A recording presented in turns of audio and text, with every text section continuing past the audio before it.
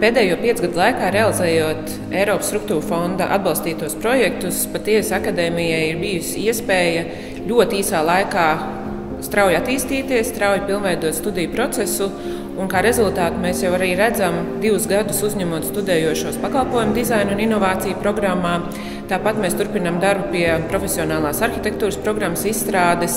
Šajā laika periodā arī ir licencēta profesionālās doktorantūras programma, ļaujot arī māksliniekiem, tie, kas strādā praksē, balstītos pētījumos, iegūt doktora grādu, kas ir pavisam unikāla iespēja šobrīd Latvijas izglītības telpām.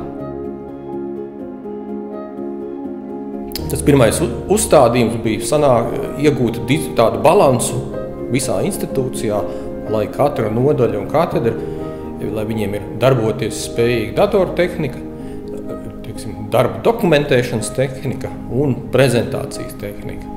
Un tad tālāk tas nākamais solis bija jau iet iekšā tehnoloģijās, tā kā mēs šobrīd atrodamies pie tekstīla, digitālajām stelēm, tad, lai tai nozarē progresīvākās tehnikas arī būtu pieejamas studentiem.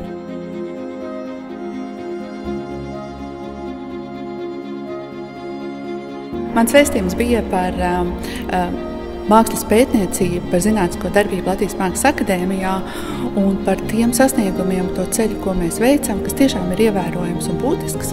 Pēdējos gados ir paveikts daudz, gan dalība projektos, zinātniskos projektos, gan arī doktorantūras studiju attīstība. Šobrīd mums ir 2 doktorantūras programmas, gan akadēmiskā, gan praktiskā. Un, jā, mums top gan zinātnē balstīti raksti, pētījumi, monogrāfijas un realizēti projekti.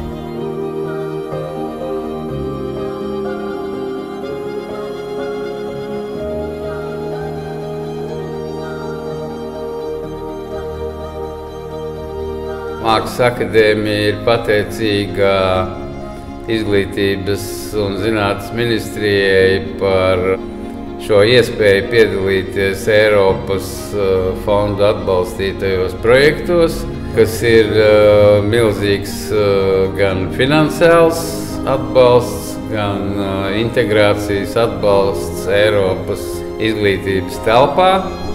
Zināmā mērā kā tāds dzinulis pasniedzējiem domāt ne tikai nacionāli, bet internacionāli. Jo, kā mēs visi saprotam, pasaules globalizācijas apstākļos izglītībai ir jāsaprot savā revolucionārā vietā cilvēku apziņas attīstība.